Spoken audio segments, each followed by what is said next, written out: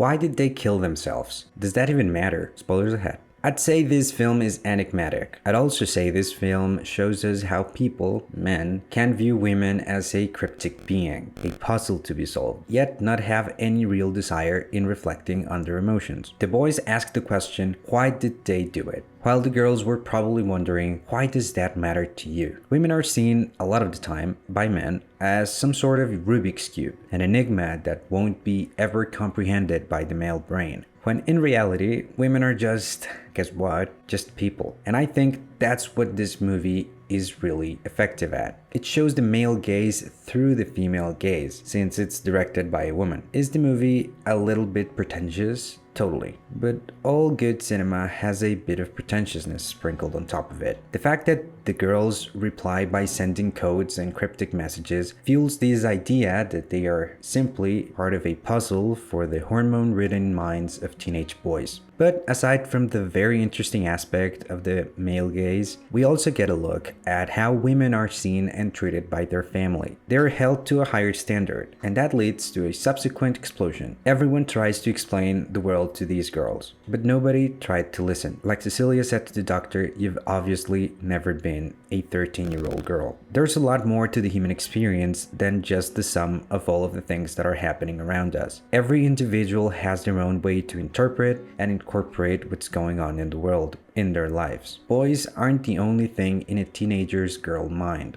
Even if it's, for some, a big aspect of it. We get to see, really, just the POV of Lux, mostly through the eyes of the boys, and a little bit of Cecilia. The other girls are left there for our minds to wonder. I believe a quote from the movie sums up a lot of what the film is trying to do. In the end, we had pieces of a puzzle, but no matter how we put them together, gaps remained. That's a bit what life really is. You can add up everything about what happens to you, but there's always going to be an element that cannot be pinpointed exactly. That's as far as the general idea and the plot go. Technically, it's pretty neat. It's Sofia Coppola's debut, and it was a hell of an impressive one. She has this very distinct way of producing ethereal feeling films, some more than others, but this one totally does. It kind of feels like a Lana Del Rey song, almost as if the film is suspended in a different timeline, and we're fortunate enough to be able to experience it.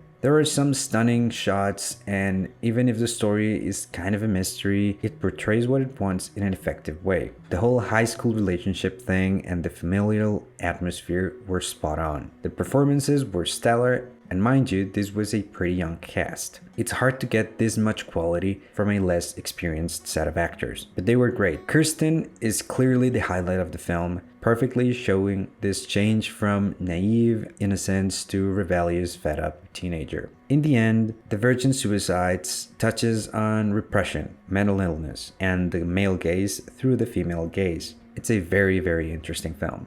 As always, thank you for watching. See you next time.